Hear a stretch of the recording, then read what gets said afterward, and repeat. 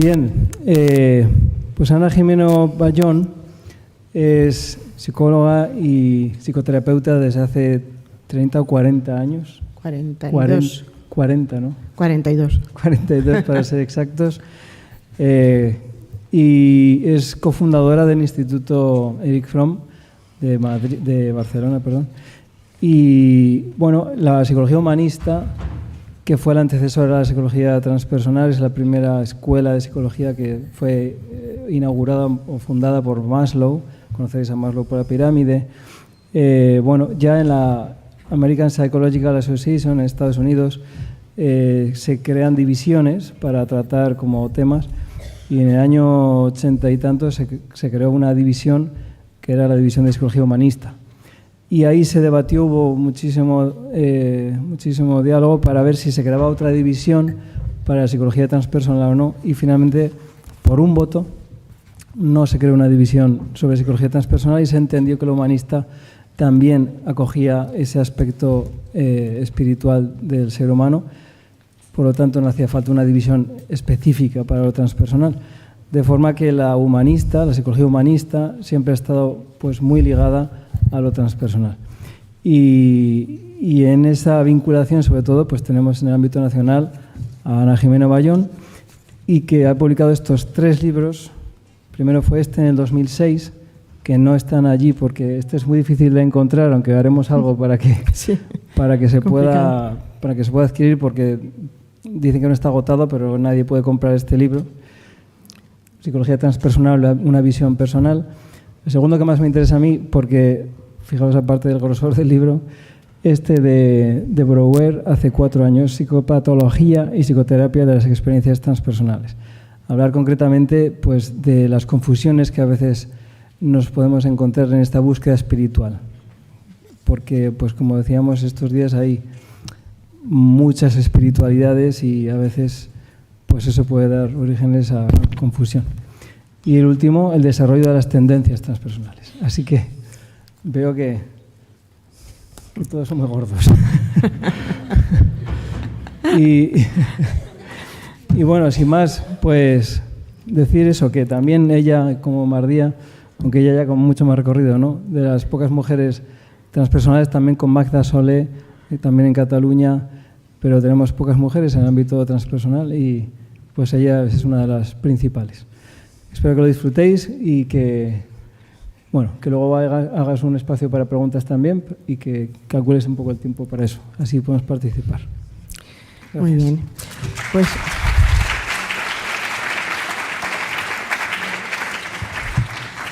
Pues buenas tardes a todas, todos y todes. No asustarse de los libros porque espero no ser espesa más a estas horas de la tarde y de las jornadas y todo lo que llevamos escuchando. Hay una cosa que se hace siempre al principio, que es agradecer a los organizadores el haber sido invitados, y parece que sea un cliché, pero en mi caso pues lo hago con profundo agradecimiento porque me ha permitido conocer estas jornadas a las que no había asistido nunca y en las que estoy disfrutando mucho.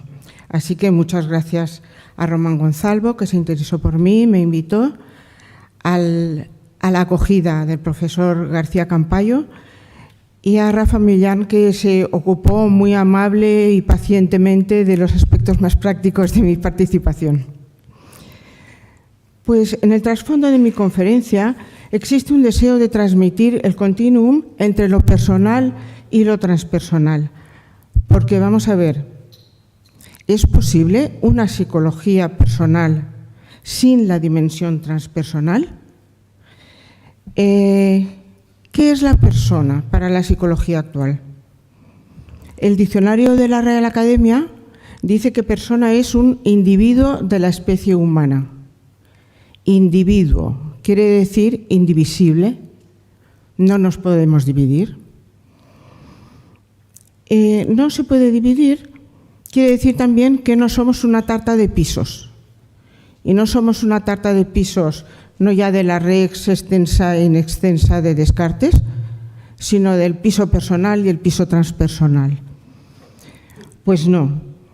La psicología humanista, de la que luego, como ha dicho Román, luego nacería la psicología transpersonal como un desarrollo de la misma, desde sus inicios entendió y se diferenció de otros modelos por considerar la dimensión espiritual de la persona como parte integrante y fundamental y constituyente de la misma. Y si no fuera así, yo no estaría dentro de la psicología humanista. Podríamos grafiar a la persona como una interacción dinámica de diferentes subsistemas, inserta en un contexto determinado. Podríamos hablar, no como dicen algunos psicólogos que se consideran muy holistas, como un ser biopsicosocial, sino que es un conjunto unificado de sistemas biológicos, psicológico, social, espiritual, actuante en un ecosistema. Y todos estos subsistemas o dimensiones interaccionan entre sí, se entrelazan continuamente. No actúa uno separado del otro. Puede haber en algún momento que sí se separen y que actúen diferenciadamente, pero en principio todos actúan de una manera constantemente abierta los unos a los otros. Claro que estos subsistemas son abiertos y al influir unos en otros, si necesitamos realizar una acción concreta, puede que haya uno de estos subsistemas que tome sobre todo pues, el protagonismo. Pongamos, por ejemplo, que tenemos que hacer la declaración de Hacienda. Algo sencillo. La declaración de Hacienda, pues bueno, tiene una temática claramente social. Ahora, a la hora de hacerla, el peso principal de rellenar aquellos cuestionarios que aparecen estará a cargo de zonas cognitivas muy concretas del psiquismo. Y tendré que realizarla dentro del contexto ecológico, la autonomía o el estado en el que estoy inserta.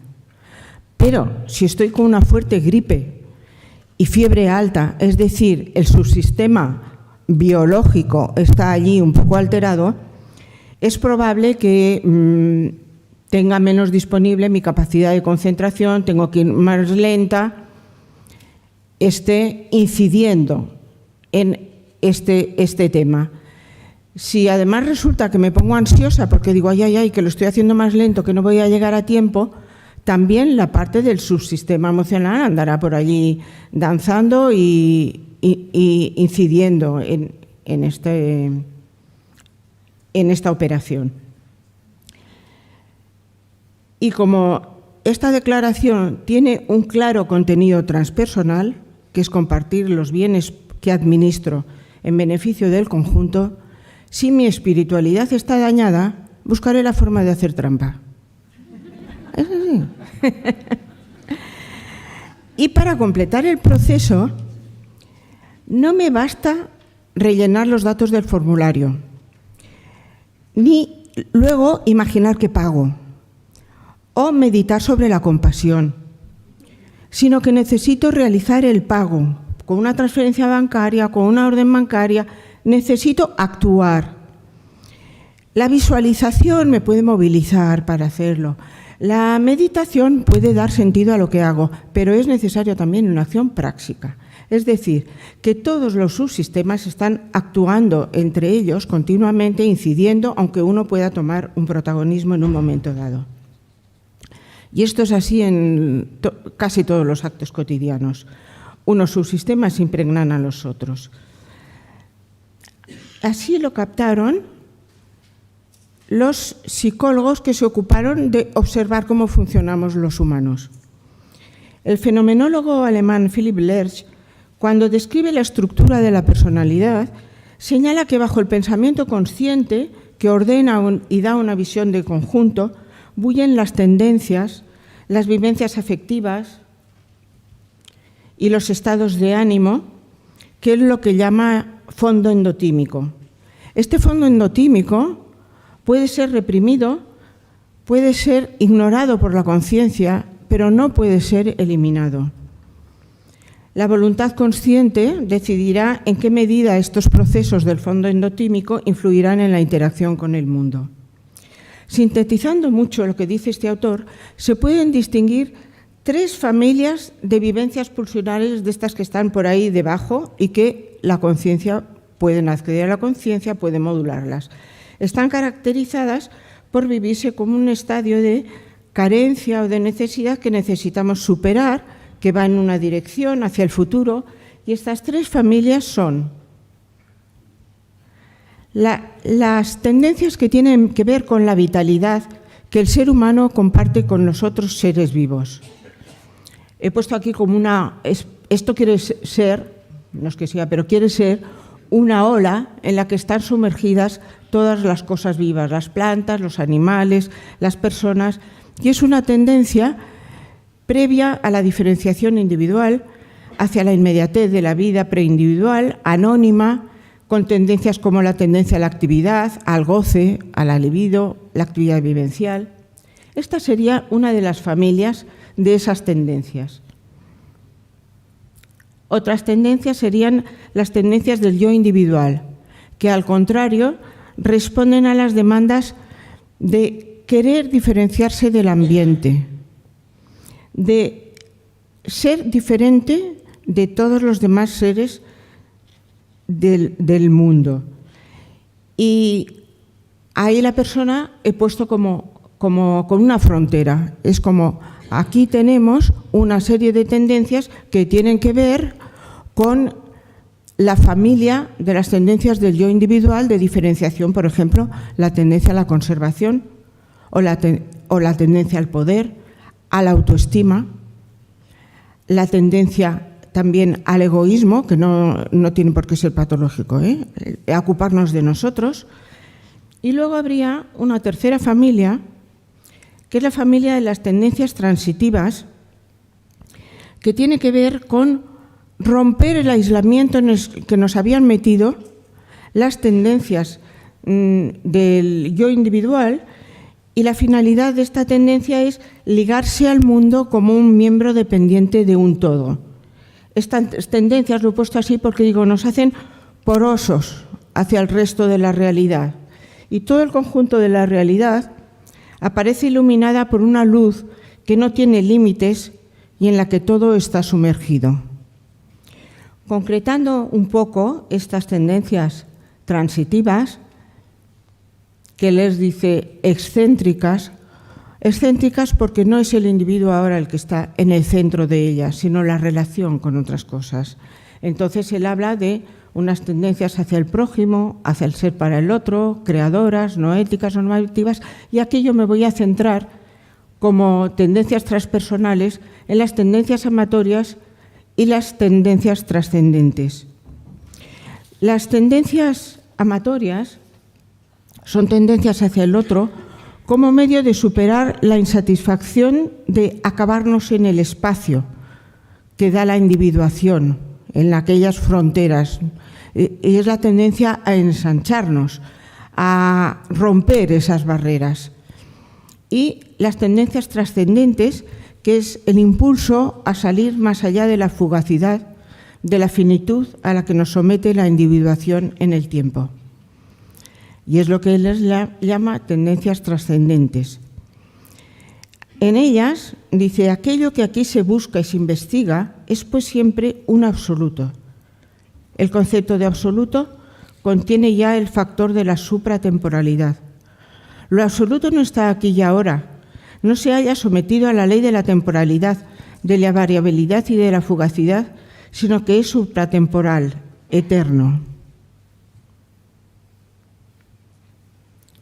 Qué misterio este del tiempo.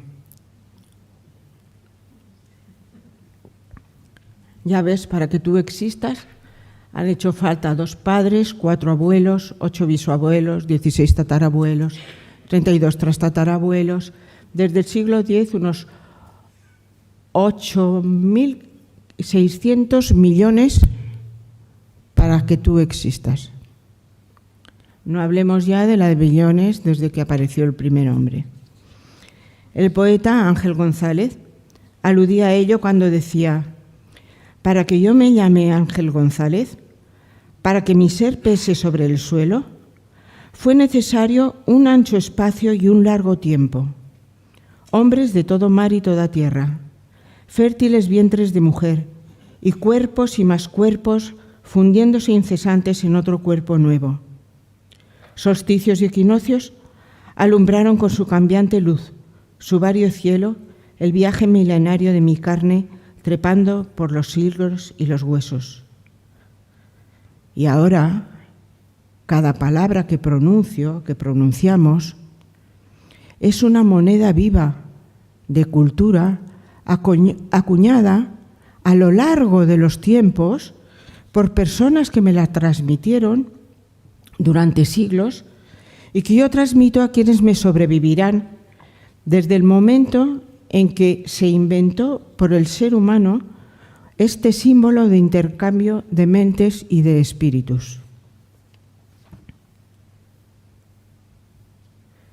Si me fijo ahora ya en las tendencias transpersonales, veremos que he hablado de las amatorias, y en las trascendentes les habla del impulso artístico relacionado con la sensibilidad, de la aspiración metafísica, de la búsqueda del sentido de la vida filosófica, y luego habla de la búsqueda espiritual religiosa que está enraizada en la esfera del sentimiento y que tiene que ver con la percepción desde la revelación o la iluminación. Esto significa que las tendencias transitivas y trascendentes, es decir, las tendencias transpersonales, forman parte indisociable de la estructura personal. Eso sí, algunas esferas de la realidad solo son accesibles si previamente se desarrollan unos estados de conciencia determinados. Esto, que es tan simple, por otro lado, pues resulta que no parece que sea excesivamente compartido, según cómo. Yo recuerdo en uno de los cursos que daba de formación a psicólogos, un máster que impartimos en el centro que codirijo, al principio hago un ejercicio que igual muchos de vosotros conocéis, que es una visualización imaginándose que estás en un museo de esculturas y hay una escultura que te representa a ti. Entonces, en este ejercicio hago la visualización, luego la dramatización corporal y luego yo alargo el ejercicio. Es un ejercicio de Stevens, pero yo siempre los modifico. Entonces lo alargo y digo, bueno, ahora haz la escultura opuesta a la que has hecho. Y luego mira cómo te sientes en una, qué puedes hacer, qué limitaciones tiene, qué puedes hacer con la otra, qué limitaciones tiene. Y me acuerdo una vez que en uno de estos cursos una de las psicólogas me dice, en la primera tenía una postura como muy hacia adentro y dice, me siento muy bien, me estoy cuidando a mí.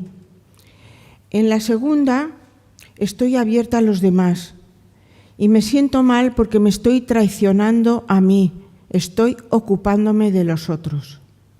Claro, bueno, no se me pusieron los pelos de punta porque la ley de la gravedad los tira para abajo. Pero delante de eso yo dije, oye, si tú estás cercenando tus impulsos hacia los demás, por supuesto que te estás cercenando una parte tuya, no es algo impuesto. Una parte tuya que es tu tendencia hacia afuera, hacia los demás, hacia compartir, hacia cuidar y ser cuidada. Si todo esto lo quitas, eso forma parte de ti. Y estás frenándote, estás siendo poco egoísta de alguna forma, en un sentido positivo del egoísmo. No estás cuidándote, estás reprimiendo una parte tuya que son estas tendencias.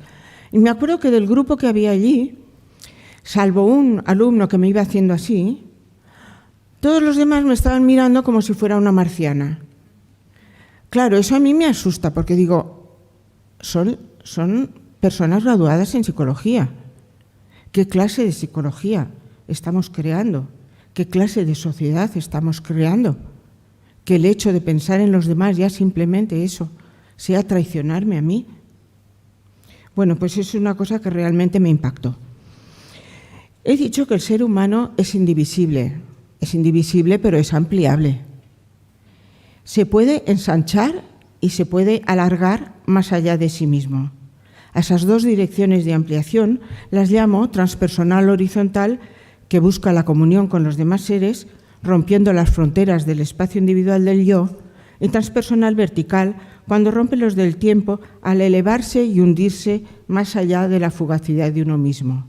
En eso retomo lo que había dicho Mardía esta mañana, de lo vertical y lo horizontal, y que lo vertical no es solo hacia arriba, sino también hacia abajo.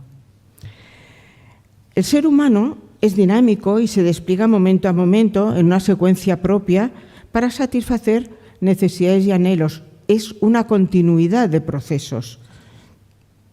En el modelo de la psicoterapia integradora humanista que hemos creado Ramón Rosario y yo hace 30 y pico años, diseñamos este ciclo, remodelando y ampliando el ciclo convencional que se habla de la terapia Gestalt, de satisfacción de necesidades. No, aquí es más amplio, lo insertamos en un contexto existencial y en él voy a poner un ejemplo para que se entienda qué quiero decir, qué significa este dinamismo.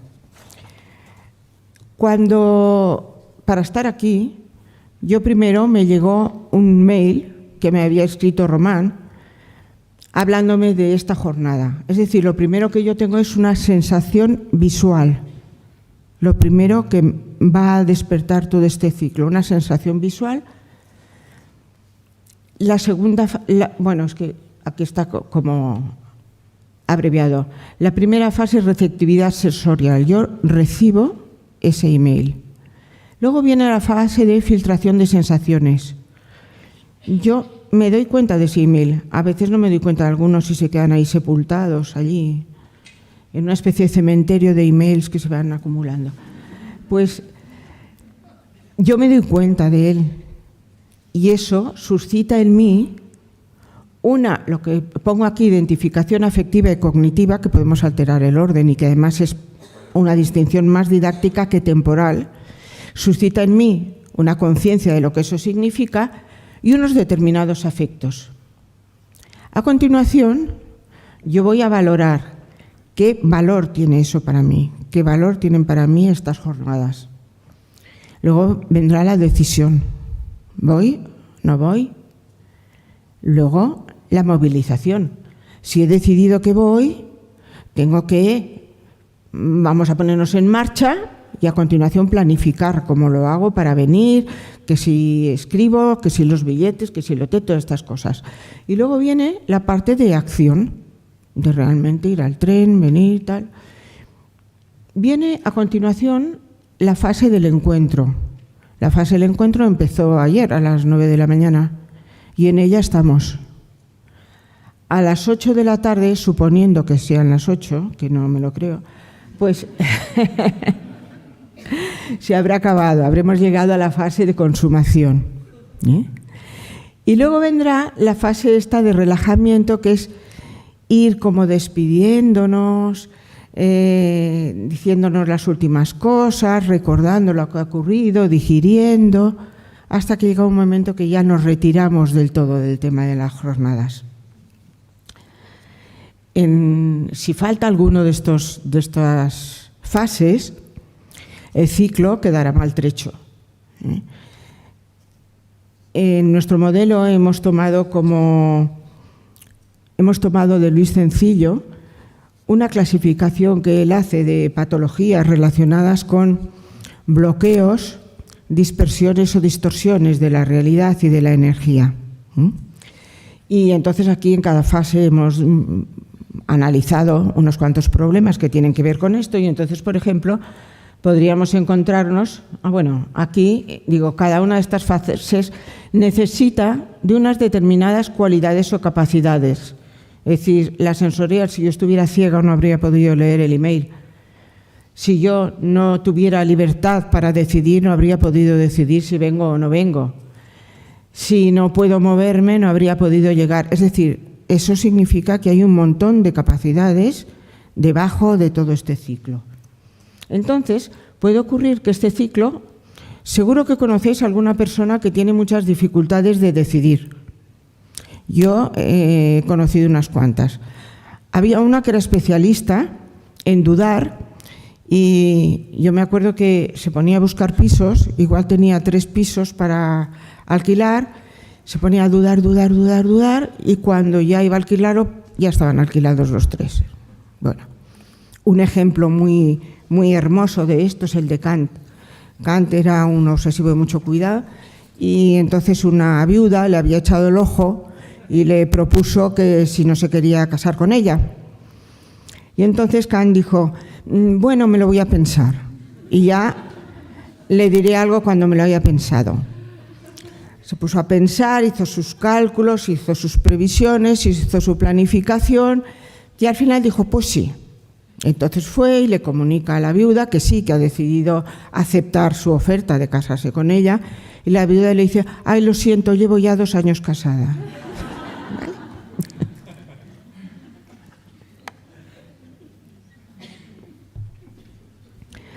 Podemos encontrarnos también con alguien que en el momento de la ejecución de la acción se dispersa.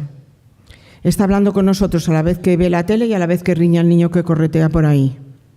Entonces, bueno, el ciclo no queda con la suficiente energía como para que de verdad, si está hablando con nosotros, sea un contacto, esa comunicación. O podemos encontrarnos con una persona que distorsiona y toda su energía afectiva la pasa a lo cognitivo y va a dar lugar a un ciclo como muy plano y muy frío. Así podemos describir otras personas que no saben planificar o esas que no saben despedirse y que se quedan ahí pegajosas y dicen 8 veces adiós. Y dices 8 veces adiós y sí, ya me voy yendo. Bueno, ahora, este dinamismo que se da en el aspecto personal, yo lo he aplicado también a lo que es el dinamismo transpersonal. En el dinamismo transpersonal voy a hacer un ciclo como parecido a este, qué cualidades hay, y también diría que, como he dicho que interaccionan lo personal, lo transpersonal, todos los subsistemas, quiero dejar claro que cuanto más sana psicológicamente en el sentido personal sea una persona, más probabilidades tiene de que su espiritualidad sea sana. Digamos que la espiritualidad sana implica, por lo general, una vivencia psicológica sana.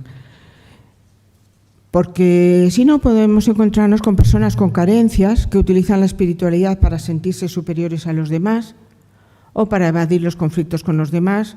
Tengo un conflicto contigo y en vez de hablar y ver qué pasa, me pongo a meditar. Bueno, eso mejor que primero aprenda a manejar los conflictos y luego ya meditaré. Hablando primero del ciclo horizontal, la dimensión horizontal de la espiritualidad digo que es la que nace de la motivación hacia la comunión con los demás seres, es decir, la unión de diferentes individualidades en algo más grande que ellas, construyendo un sistema más complejo que representa un salto cualitativo respecto a... No es una suma, sino que eso representa un salto. Es captar, lo que decía Gregory Bateson, el patrón que liga a la orquídea con la prímula y al delfín con la ballena y a las 4 conmigo misma. Lo que nos hace embelesarnos con la belleza de todo lo que existe, animado o inanimado, bien sea en el mundo cotidiano. Este es un brócoli romanesco que es una maravilla. Sus espirales, las espirales de los floretes, nada menos que siguen la progresión de Fibonacci. Es que es una preciosidad de la vida cotidiana, ¿no? O en el macromundo de las galaxias, aquí la galaxia Messier en toda su belleza, o en el increíble mundo microscópico. Esto es una célula de la piel. Somos así de guapos, ¿eh? Y sentirse hermanado en la vibración en todo lo que es vida, como señala desde la ciencia Emmanuel Cocciola, o bien lo saben poetas como Salvador Rueda cuando cantaba La sandía o el pan, o Francisco de Asís cuando cantaba a los astros y al fuego, o Juan Ramón Jiménez o Pedro Salinas cuando cantaban al mar, o Jorge Guillén cantando los cerros de Soria, o Rafael Morales en su cántico doloroso al cubo de la basura. Buena parte de la realización sana de las fases de este ciclo supone la adquisición de algunos de los valores éticos estudiados por mi compañero Ramón Rosal en los 3 libros que ha dedicado a ellos y que vienen reconocidas como virtudes en las grandes tradiciones espirituales. Si bien veremos que las diferentes tradiciones espirituales ponen más énfasis en una o en otra. Os voy a poner aquí este ciclo del fluir vital horizontal y veréis que repasando lo que aparece ahí son en realidad actitudes o virtudes en las que se han afirmado esas tradiciones espirituales a las que me refería. Y si nos metemos en ellas, no me va a dar tiempo de fijarme en todo.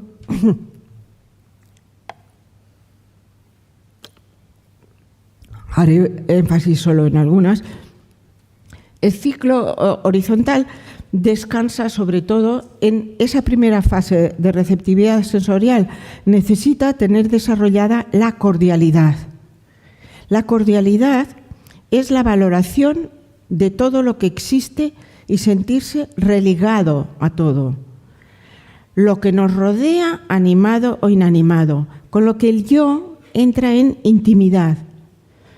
Y esa intimidad da a lo que existe sentido y plenitud. Es encontrarme en contacto. Yo tengo algo que ver con todo lo que me rodea. Yo estoy implicada en todo lo que me rodea. Y por supuesto, yo tengo también mi responsabilidad respecto a todo lo que me rodea. La segunda fase, que sería la apertura a la experiencia, voy a citar a Rosal cuando la describe, dice: una persona en la que predomina la actitud de apertura a la experiencia equivale a lo que frecuentemente se denomina ser una persona abierta, es decir, una persona no cerrada a la posibilidad de, por ejemplo, vivir nuevas experiencias diferentes, adquirir nuevos conocimientos a base de saber escuchar, aprender, investigar, revisar sus convicciones y actitudes con disposición para cambiarlas si la experiencia le demuestra que son inadecuadas, admitir la diversidad o el pluralismo en las creencias, jerarquías de valores, costumbres y culturas, no tendiendo a descalificarlas indiscriminadamente cuando no concuerdan con las propias. Eso sí, la apertura a la experiencia implica un peligro, ser dañados por lo que vienen de fuera. Y por lo tanto, la apertura a la experiencia es para valientes, como todos los ciclos transpersonales, también los personales.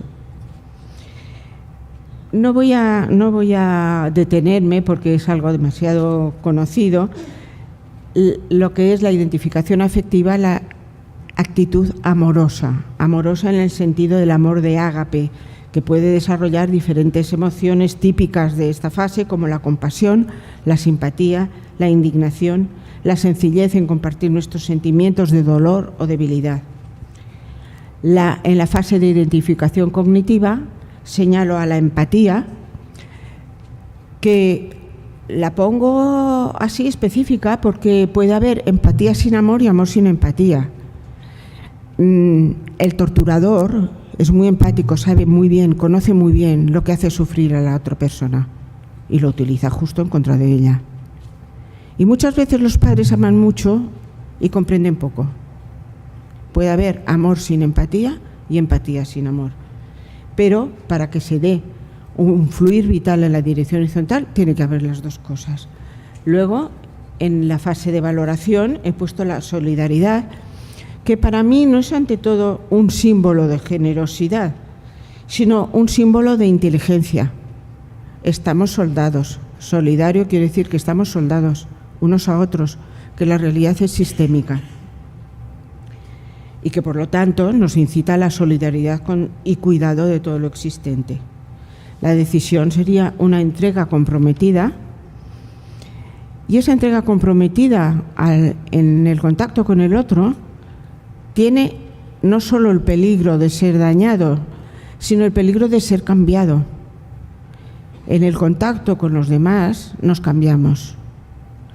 Seguramente cuando salgamos de estas jornadas seremos distintos, algo nos habrán cambiado los demás y desgraciados de nosotros si nada ha cambiado. En la movilización he puesto la esperanza, en la planificación he colocado aquí la actitud de creatividad, no como algo improvisado, sino eso que dicen de que la inspiración te pille trabajando. Yo muchas veces digo, cuando estaba Newton allí echándose la siesta bajo el manzano y ve caer la manzana, según nos han contado, y descubre la ley de la gravedad, millones y millones de campesinos habían visto caer millones y millones de manzanas, pero no estaban inquietos como estaba Newton por descubrir cómo se hacía eso de que caigan las cosas para abajo. Bueno, un ejemplo que quiero citar aquí de planificación creativa en el fluir transpersonal horizontal es para mí Muhammad Yunus, el del Grameen Bank, el Banco de los Pobres, que a mí me resulta de una creatividad pasmosa y que ha hecho salir de la miseria a muchos millones de familias en estos momentos. En la ejecución de la acción he puesto el compartir, bien en forma asimétrica como misericordia o como petición confiada, y tan transpersonal es el corazón misericordioso como el corazón que pide confiadamente al otro. Y también simétrica en la parte de cooperación. La parte del encuentro he puesto comunión, ese momento en que rompemos nuestros límites con el otro, y Fromm dice, el amor produce la liberación de la separatividad. Eso es una liberación. Libera del aislamiento. Y la sensación de encaje viene de que tenemos la posibilidad de mostrarnos como somos y recibir al otro tal como es, desde un encuentro caracterizado por la sinceridad y la profundidad. Y aquí no hay asimetría posible, porque la comunión borra toda clase de jerarquías. En la fase de consumación he puesto la ampliación del yo. Ahora, después de este encuentro con los otros, con el otro, nos importan cosas que antes no nos importaban. Hay una extensión del sentido de sí mismo. Ahora las cosas que le importan a esa persona con la que yo realmente me he encontrado también me importan a mí y antes ni sabía de qué iban. Cuando se ha consumado el encuentro, el sujeto recupera sus límites, pero no es el mismo que antes, está más ancho. Eso que decía que se puede ampliar. Cuando, como señala Rosal a propósito de la magnanimidad, dice, ya la ética de Aristóteles describe a la magnanimidad, magna anima, significa en latín alma grande, entendida como un hábito o actitud que capacita para implicarse en proyectos de amplias miras y no solo utilitarios para intereses meramente individuales. Decía Alport, para la persona madura, la vida es algo más que la comida, la bebida, la seguridad y la sexualidad. Es más de lo que puede explicarse directa o indirectamente por la reducción de tensiones. Si no se desarrollan en una persona intereses fuera de ella misma, aunque formando parte del sí mismo, vive en un nivel más próximo al animal que al humano. Pensemos que la persona altruista es lo opuesto al idiota en sentido genuino etimológico. Idiota es la persona que solo se ocupa de sí misma. Y el relajamiento vendrá la parte de agradecimiento por lo valioso recibido en el encuentro. Como dice un proverbio judío, el que da no debe volver a acordarse, pero el que recibe no debe olvidar nunca. Consecuencia de ello será luego la finalización, la relajación, la paz, la plenitud. Si miramos ahora el ciclo en su dimensión vertical, nace de la motivación hacia la comunión con el misterio de lo absoluto, una experiencia humana ampliamente testimoniada en la historia que necesita no tanto apropiarse al absoluto, sino ser y saberse apropiado por ello o por él, por un ser suprapersonal, dependiendo de las creencias teístas o no duales. Eso ya variará según las cosmovisiones. Eso sí, en el desarrollo del fluir transpersonal vertical será necesario tener muy bien trabajado el ciclo horizontal. ¿Por qué? Porque si no se va a dar una espiritualidad desencarnada, un tanto falsa, probablemente distorsionada en el sentido que os decía antes. Eso lo han machacado mucho las diferentes tradiciones espirituales. A mí me gusta una fórmula muy sintética que dice el evangelista Juan en la carta primera, que dice: si uno dice que ama a Dios mientras odia a su hermano, miente, pues si no ama al hermano suyo a quien ve, no puede amar al Dios a quien no ve. Muy simple. Entonces, esta dimensión de estiramiento es una dimensión que puede ser tanto para bucear por debajo del nivel horizontal y hundirnos en ese otro mundo silencioso que está por debajo de lo que existe en el tiempo, también por debajo de nuestra propia sombra, o volar por encima de los techos que nos limitan, dejándonos absorber por esa luz que nos llama más allá de nuestra finitud, sin otro apoyo que la luz de nuestra intuición atraída por la gran luz, como señalaba Luis Rosales, inspirándose en San Juan de la Cruz, cuando decía: de noche iremos, de noche, pues para encontrar la fuente, solo la sed nos alumbra. Aquí ¿Quiere decir que tengo que acabar pronto? Me siento como el hombre de la guadaña. Se va subiendo, se va acercando y llega la muerte. Sí, para acabar y dejar un poco de turno de preguntas. Vale, pues acabaré. Os voy a poner aquí el ciclo, casi os lo voy a poner y las preguntas ya las haréis descansar? Sobre el ciclo. Levanten la mano. ¿Solo quieren descansar 4? Pues seguimos. Bueno, aquí diré simplemente que todo va a descansar en la actitud contemplativa. Y voy a concluir para que, en todo caso, me podéis hacer preguntas sobre el ciclo. También diré que este ciclo puede quedar dañado, igual que lo que decía el ciclo personal, puede quedar dañado, por ejemplo, por represión de las tendencias trascendentes o por dispersión, como en el girovaguismo, o como distorsión de la acción por beatería. Y diré que la psicología personal, si no quiere cercenar una parte indispensable, tiene que incluir toda esta dimensión transpersonal. No puede quedarse en el aunamiento interno con los demás. No puede prescindir de preguntas que no sirven para nada más que para vivir con sentido. Y solo así, solo incluyendo esto, podemos responder desde nuestra experiencia, con total convicción, acerca de este mundo que yo lo llamo invisible, intangible, inaudible, pero sí olfateable. Y desde ahí yo puedo decir: yo no me acabo en mí, yo no me acabo en mi piel, yo no me acabo en mi muerte. Nuestra dimensión transpersonal nos habla de ese algo en el que está inmerso todo lo que existe y que nos hace pertenecientes no ya al pequeño círculo de parientes, compañeros y amigos, sino al conjunto total de la realidad, incluyendo lo que está más allá de ese conjunto. Pues como decía Steinrast, si cogemos cualquier objeto, por ejemplo una piedra, y la miramos fijamente, veremos la piedra más un horizonte contra el que se recorta, es decir, contra algo que no se ve, contra una nada, una no cosa.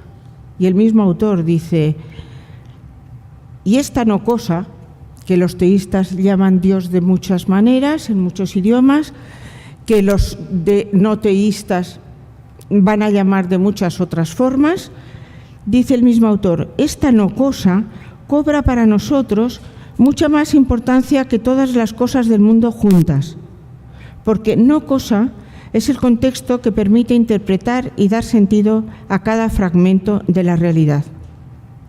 Si nos centramos en nuestro pequeño yo, sin ponerle esta perspectiva transpersonal, esa dimensión espiritual que habita en nosotros, pero que no se agota en nosotros, que nos traspasa y nos une a todos como olas pertenecientes al mismo mar, perdemos el significado de nuestra pequeña vida, el significado grande que nuestra pequeña vida tiene. John Cage decía: cada algo es una celebración de la nada que lo sostiene. Cada momento de nuestra vida puede ser la celebración de un significado amplio y profundo en el que inspirar y expirar, en el que renacer y morir con libertad y plenitud. Ojalá sea así para todos nosotros y sepamos celebrarlo con ilusión. Gracias.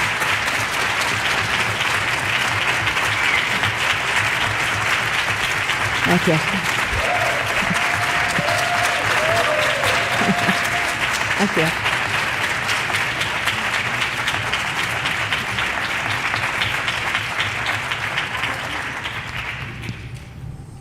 Ha salido muy favorecida en la foto. Pues si alguna persona quiere preguntar algo.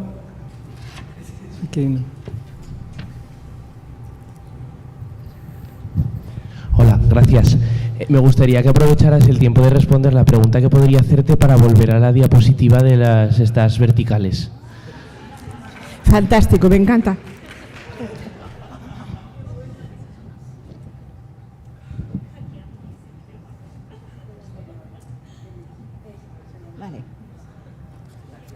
Aquí tenemos, como en la fase de receptividad sensorial, la actitud contemplativa, que es la de poner atención a esa dimensión transempírica, al mundo ese que digo no invisible, pero sí olfateable. En la fase de filtración de sensaciones, el recogimiento, el filtrarlas de tal manera que nos podamos concentrar, que podamos tener silencio donde poder escuchar eso que nos llega en susurros, que no nos llega a gritos, esa brisa suave que sale en la Biblia judía. En la identificación afectiva he puesto el entusiasmo no en el sentido eufórico, sino en el sentido genuino de el afecto de sentirse habitados por el misterio, por lo divino, o como lo queramos llamar. En la identificación cognitiva he puesto realismo porque si pongo humildad directamente parece que no se entiende, porque humildad suena un poco mal, pero suena yo, pues no. Sí, pues cuando pongo realismo, quiero decir que la dimensión cognitiva es saber lo relativos que somos y saber relativizarnos a nosotros, a nuestros conocimientos, a lo que nos ocurre en relación con lo que es lo absoluto o el sentido que tiene lo que nos ocurre en relación con lo absoluto, con el misterio, con lo divino. En la fase de adhesión, de decisión, he puesto adhesión al misterio. Adhesión al misterio quiere decir, pues,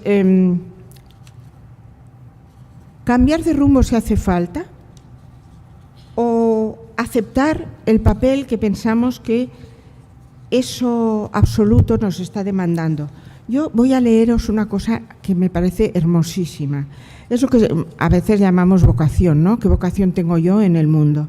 Pues Tagore lo expresa de una manera maravillosa y dice, a raíz de una experiencia suya espiritual especial, dice: tuve la seguridad de que algún ser que nos abarcaba a mí y al mundo buscaba su mejor expresión en todas mis experiencias, uniéndolas en una individualidad cada vez más amplia, en una obra de arte espiritual. Ante ese ser, yo era responsable porque mi creación era tanto mía como suya. Puede ser que aquella fuese la misma mente creadora que se ocupa en moldear el universo de acuerdo con su eterna idea. Pero en mí, como persona, enfocaba uno de sus centros especiales de relación personal, expandiéndose en una conciencia profundizadora. Conservaba mis pesares, que habían dejado un largo y ardiente recuerdo a lo largo de mis días. Pero me parecía en aquel instante que con ellos me prestaba yo mismo a un trabajo de creación que rebasaba mis límites individuales, de igual modo que los astros, con sus individuales destellos, iluminan la historia del universo. Fue una inmensa alegría para mí, en el aislamiento de mi vida, la idea de un misterioso encuentro de camaradería creadora. Sentí que había encontrado finalmente mi religión, la religión del hombre en la que lo infinito se hacía humanidad y se acercaba a mí en busca de amor y cooperación. Esto sería la fase de adhesión al misterio. En la fase séptima he puesto... A ver, que lo voy a poner más grande, lo voy a poner más grande. Ahora, ¿no? En la fase de movilización he puesto diversas maneras que han ido creando diversas metodologías, diría yo, o formas de las diferentes tradiciones espirituales para movilizarse en esta dirección. Y entonces ahí podemos encontrarnos con la meditación o en las cosmovisiones teístas con la oración, en las que hay un tú suprapersonal, que por cierto estoy de acuerdo con Mardía que eso de clasificar jerárquicamente las diferentes cosmovisiones me parece un poco fuera de lugar, y yo estoy de acuerdo con lo que dice Jorge Ferrer cuando dice es un mar con muchas orillas. Imaginaos el mar diciendo esta orilla es de primera categoría y esta de segunda categoría. Para mí que el mar se carcajea de eso. Bueno, pues el rito cúltico, donde hay también una actuación y movilización, es las dos cosas, es movilización y es actuación también, rendimiento a eso. En la parte de planificación he puesto desapego, en el sentido de que sí, toca planificar, pero también desapegarse de la planificación, porque la planificación tiene que estar también impregnada de espiritualidad y no vale una planificación maquiavélica para conseguir cosas maravillosas y espirituales, no. Hay que desapegarse también de eso. En la acción he puesto absorción en la danza. ¿Qué quiero decir? Pues quiere decir una armonía en nuestras actuaciones. A veces yo pienso, es como si todos formásemos una inmensa coreografía en la que fuésemos bailarines. Y nuestra tarea es actuar en esa danza cósmica con la concentración, la sabiduría, la armonía, la entrega que pone un gran bailarín, o lo que se llaman en los bailadores que tiene duende. Bueno, bailar con duende en la realidad. En el encuentro he puesto la comunión mística, que eso otro o ese otro con lo que entramos en contacto nos toma en su seno, nos engulle, nos comulga, somos comulgados por la divinidad o por el misterio. El mar traga la ola. Y allí nos encontramos momentáneamente en la infinitud de los santos, su amor, su sabiduría y esa pérdida de límites que nos permite atisbar algunos maravillosos misterios del misterio. Y para eso no hace falta los grandes éxtasis. Yo pienso que es muy interesante la reflexión que hace Maslow, primero con la exaltación de las experiencias cumbre en los inicios, cuando él va descubriendo esto, a cuando dice, ¿y qué pasa con la espiritualidad de meseta? Y es muy bonito, un ejemplo que pone, dice, la espiritualidad de meseta no es un momento estallido de euforia, sino que es algo mucho más sostenido, más estable, más permanente, tiene un mayor apoyo cognitivo y también colectivo. Y dice, y puede ser simplemente ese momento en que la madre está viendo jugar a su hijo pequeño y eso le da sentido a todo. Y comprende muchísimas cosas simplemente observando a ese niño jugando. Entonces no hace falta que sea como la cosa aparatosa, no. Me estaba acordando ahora de Teresa de Ávila, que le dice una de las monjas, dice, yo quiero ser mística como tú. Estaba la monja limpiando una ventana, dice, sí, pues limpia bien la ventana. Bueno, es también ese encuentro con la realidad sencilla de la ventana, de dejarla limpia, que forme parte de una coreografía hermosa. En la consumación es como esa parte de, después de esa ruptura de límites, algo nos ha transformado. nos toca estar más impregnados de esas cualidades de lo absoluto. Y si no, ¿para qué sirve? A veces me han preguntado algunas personas, mira, es que he tenido una experiencia que yo no sé si es una experiencia realmente espiritual o yo me lo he inventado. Yo digo, mira, hagamos la prueba del algodón. Tú pregunta a las personas de alrededor si te ven más amable, más comprensiva, más tolerante. Si a raíz de eso resulta que tú estás reuniendo estas cualidades, probablemente sea una experiencia espiritual genuina. Y si no, pues creo que no. Es así de sencillo, porque eso transforma, nos impregna, se nos pega, nos va transformando poco a poco. En la parte de relajamiento, cuando ese ir retirándose de esa experiencia, cuando el encuentro y la experiencia ha sido muy intensa y muy significativa, pues necesitamos un tiempo para digerirlo. Y aquí yo veo que hay como dos recursos. Un recurso es el de callar, porque no se puede explicar, no hay nada que decir. Y otro es al contrario, intentar decirlo, la expresividad. Y entonces se pone la expresividad y entonces nos quedamos en el no sé qué que queda balbuciendo. Ahí nos quedamos. Pero también tiene su sentido.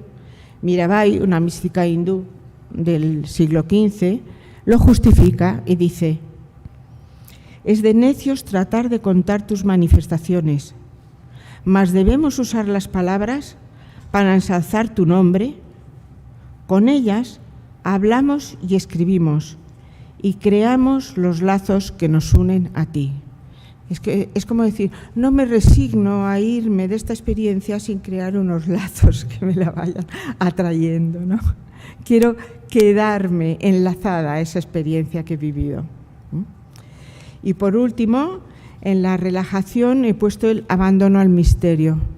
El abandono al misterio es el fin del miedo y de la angustia. Sabemos que estamos bien apoyados, estamos sumergidos en algo amoroso, sabio, grande, profundo. Podemos descansar del miedo y de la angustia, podemos descansar de nuestras limitaciones, podemos descansar.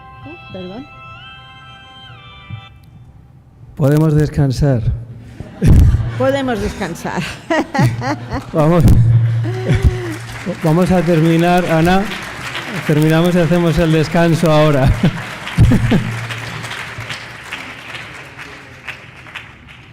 Termina y hacemos el descanso. Vamos. ¿Ya has terminado? ¿No quieres decir? Sí, he terminado el ciclo porque es que esto ya me parece que debe ser una señal del más allá. Muchas gracias. Gracias.